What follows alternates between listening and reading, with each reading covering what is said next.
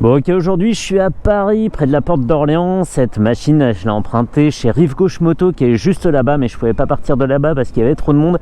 Cette moto, c'est une Murtas TX Evo. Evo, c'est la version évoluée du modèle TX de base. Et Murtas, contrairement à la sonorité, c'est pas espagnol comme marque, c'est français et ils sont basés près de Montélimar.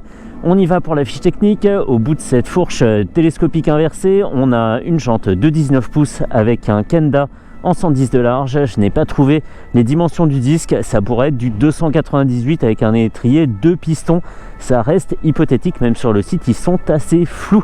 Là où ils ne sont pas flous, c'est sur les caractéristiques techniques du moteur et de la batterie.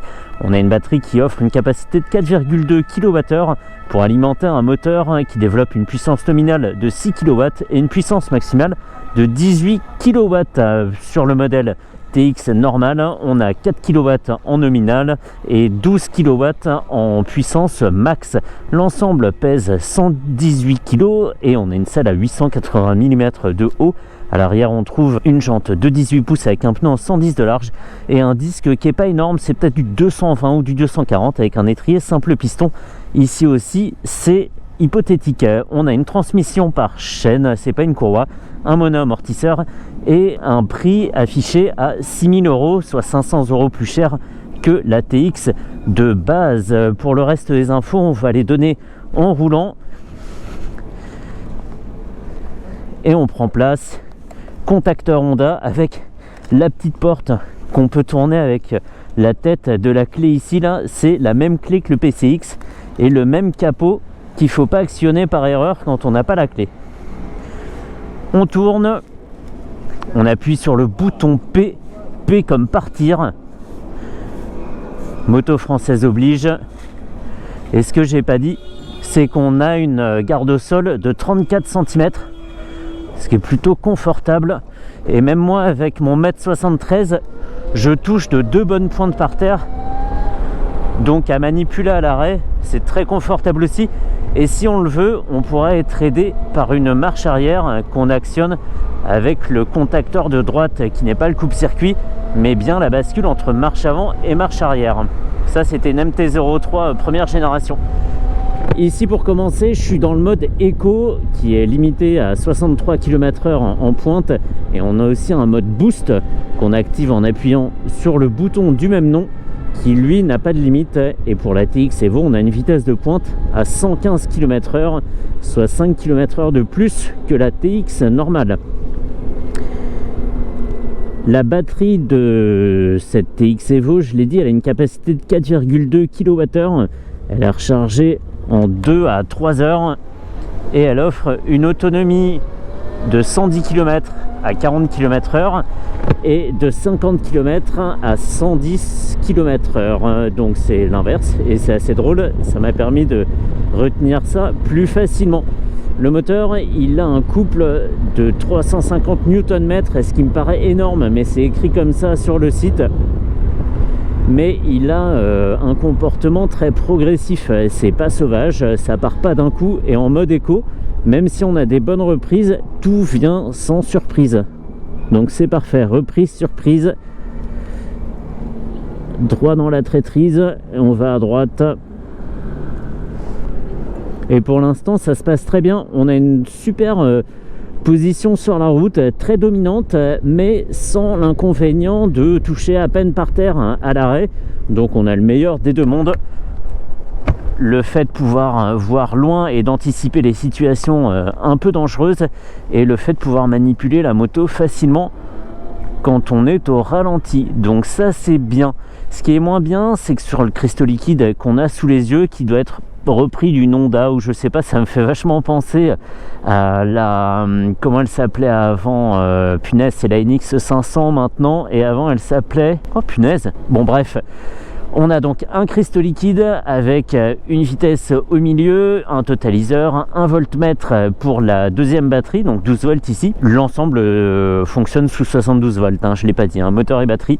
On a une jauge, ce qui est l'équivalent de l'autonomie restante, divisée en 5 segments, même un petit peu plus en fait, 1, 2, 3, 4, 6 segments. Ça fait entre 15 et 20 km le segment parce que ça n'est pas affiché en détail. Voilà où je voulais en venir. C'est un petit peu long mais on y arrive. Je digresse, mais on parvient au but malgré tout. Donc on n'a pas d'autonomie restante. Ici j'ai 4 briques, il pourrait y avoir affiché 80 km. Et à certains régimes, là en roue libre ça va. Là ça va aussi. Là ici, là, entre 20 et 25 km/h, on sent beaucoup les crampons des pneus Kenda, sans que ça soit à la hauteur non plus d'un TKC 80 par exemple. On a l'impression de rouler sur des pavés. Ici c'est quand même à noter que c'est pas toujours de tout repos et que les gommes sont pas transparentes dans leur façon de rouler. Est-ce qu'on peut aller à droite? On peut aller à droite. Ouais, il y a même un tremplin, mais c'est génial. C'est génial. Alors c'est pas aujourd'hui que j'irai en forêt hein, parce que bah déjà je peux pas, dans le temps qui m'est imparti c'est trop court, et en plus ça doit être super gras, plein de gadou, donc c'est pas très grave. Peut-être qu'un jour je me la ferai reprêter et que je pourrai aller me promener. En tout cas très très bien, hein. En plus de la position haute de la machine, on a un guidon très large qui offre une maniabilité accrue. La prise en main est quasi instantanée hein, sur cette machine, pardon. Ok, très progressif, poignée dans l'angle, mais une distribution de la puissance et une accélération qui suivent une courbe toute droite, une fonction affine, 1 pour 1. On accélère, on garde la poignée enfoncée et on attend d'arriver à la vitesse désirée, et on va changer de mode tout de suite. Est-ce qu'on ferait pas un petit départ arrêté en fonction normale? Non, on l'a fait, allez, boost. Ça a changé, il me dit qu'il est ready. Sur la fourche je l'ai pas dit, mais on a des réglages de détente et compression, pas avec des petites vis mais avec des petites molettes, un peu comme ce qu'on voit chez KTM et Husqvarna. C'est très très bien. Et cette machine pour 6 000 €, bah elle est... Oh, allez, bah rien à voir. Non mais là, évidemment, j'adore. J'adore. Avec la suspension ferme à l'arrière, on a une moto qui s'écrase pas et qui restitue bien justement la puissance et le couple sans qu'il y ait de perte dans la suspension. C'est très agréable. Et en reprise, c'est parfait aussi. Et si j'ai choisi cette moto aujourd'hui, c'est parce que d'aspect elle fait très sérieuse. C'est pas un assemblage de pièces qu'on aurait récupéré à droite à gauche et il n'y a pas trop non plus de chinoisium à bord. C'est une moto vraiment qui présente bien. Elle est sérieuse et elle est homogène. Je la trouve très jolie. Il y a différents traitements de surface pour les plastiques parce qu'elle est tout en plastique à l'extérieur. Il y a une imitation de fibre de carbone, il y a du grain, du lisse, du mat, et ben, je trouve ça très très réussi. Est-ce que je suis perdu? Oui, un petit peu, oui. Après on va me dire arrête de bouger la tête. Ah ben, je fais un contrôle, j'ai pas envie de mourir. Je l'ai pas dit, mais on a le frein arrière au levier gauche et le frein avant au levier droit, donc pas de pédale en bas. Tout se passe avec les mains. C'est une conduite type scooter, ce qui n'est pas le cas dans tous les 2 roues électriques. Ouh, ça manque un petit peu de mordant à l'avant, ça freine, hein. On voit que la fourche s'enfonce de façon tout à fait raisonnable, ça très bien. Par contre, zéro mordant, ça pourrait être un frein à tambour, que ça serait la même chose. Après, il faut peut-être que les choses se mettent en place, mais après 100 km totalisés, le freinage pourrait être un petit peu plus ferme, un petit peu plus incisif. Est-ce que la roue a décollé? Oui. Quand j'ai mis le gaz, effectivement, la roue s'est soulevée d'au moins 3 mm. Folie. Non mais elle a la pêche. Et on n'a pas des gommes trop bruyantes. Alors oui, elles vibrent entre 20 et 25 km/h, c'est très ponctuel comme désagrément, mais le reste du temps elles se font complètement oublier. Et en maniabilité c'est très bon aussi. Bah, j'aime beaucoup. J'avais une crainte sur la transmission par chaîne parce qu'on l'a vu par exemple sur la Pur 100 qui elle était tout en carbone. On avait une machine qui faisait beaucoup de bruit. En fonctionnement, le top c'est toujours la courroie ou le cardan, mais la chaîne on peut avoir du bon comme du moins bon, et là c'est du bon. Marque française très très bien, hein. Je pensais vraiment à une marque un peu obscure, espagnole, importée comme ça, sous le manteau.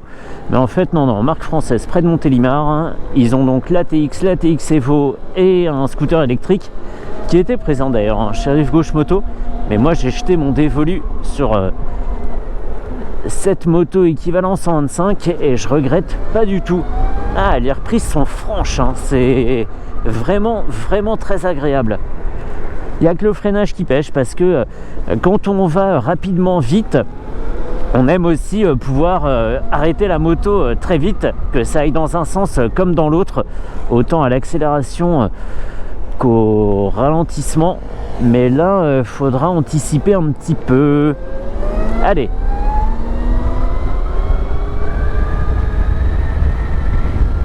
L'accélération est constante, hein. Il n'y a plus de surprise à part au démarrage où on s'arrache vraiment avec vivacité. Mais sinon, on regarde la vitesse évoluer comme ça sans sensation d'écrasement dans la selle. C'est très bien, c'est limpide comme comportement. Ben, je suis très content. Je suis très content. Ce que j'ai pas dit, c'est que la batterie est amovible, on peut l'emmener chez soi mais elle n'est pas rechargeable avec le câble qui est fourni ici là, sous le capot il y a la batterie et le câble d'origine. La batterie pèse un petit peu plus de 21 kg et donc si on veut la recharger chez soi il faut acheter un câble en option. Pour des gens qui n'ont pas d'électricité dans les parties communes, pas de prise dans les parkings, pas de parking ou pas de box électrifiée par exemple, c'est une bonne solution. C'est pas tous les constructeurs qui offrent la possibilité d'enlever la batterie de sa machine, donc c'est toujours bon à prendre même si il y a une petite amélioration à faire en termes de praticité quoi, parce que si le câble fourni ne recharge pas la batterie à l'extérieur c'est un peu dommage. Allez. Ah mais attends en fait ah non mais c'est même inversé. Je débarque là mais non bah alors à gauche c'est le frein avant et à droite c'est le frein arrière. C'est pour ça qu'il freine à que dalle. Attends bah alors faut tout oublier. C'est dommage d'avoir fait ça. Franchement c'est dommage parce que même sur les scooters on a le frein avant à droite et bah c'est dommage. Fais voir, tu vas où la durite là? La durite, répartiteur, bim bam boum. Ouais, c'est ça, ouais. Non, attends. Si? Ouais, non. Ah, c'est vert. On me dit qu'il faut y aller. Bref, non, c'est vraiment l'inverse. Alors, je retire ce que j'ai dit. On a de la vivacité à l'avant, il n'y a pas de problème. Non, mais non, c'est bien ça. Non, c'est bon. Punaise, quelle naze, je viens de bloquer la roue arrière, donc je sais bien que c'est à gauche, c'est le frein arrière, à droite, c'est le frein avant, et donc il manque 2 mordants. Ouais, c'est bon, ouais, j'ai bon, non, mais c'est fait avec logique, mais pas avec puissance, ni mordant. Ok, bon bah c'est good, je vais rendre sa moto au gentil vendeur chez Rive Gauche Moto, et je suis très content de l'avoir trouvé pas très loin de chez moi, Murtas, une marque toute récente. Et si ça peut faire progresser à la fois la fabrication de motos françaises et en même temps la fabrication de motos électriques, c'est très bien. Non, là il n'y a plus de doute. Levier droit, c'est le frein avant, c'est bon. Ouais, coucou, je me vois dans la vitrine. Ah, elle fait grosse hein, quand même. Hein. Ah bon, on est bien. Hein. On est bien, ça rappelle beaucoup les motos Honda. Comment elle s'appelait la CB500X? CB500X, c'était son nom. Et bah ça rappelle tout à fait ça. Elle n'a pas l'écran noir et vert, mais sinon à bord on a à peu près le même gabarit, la même disposition. C'est sympa.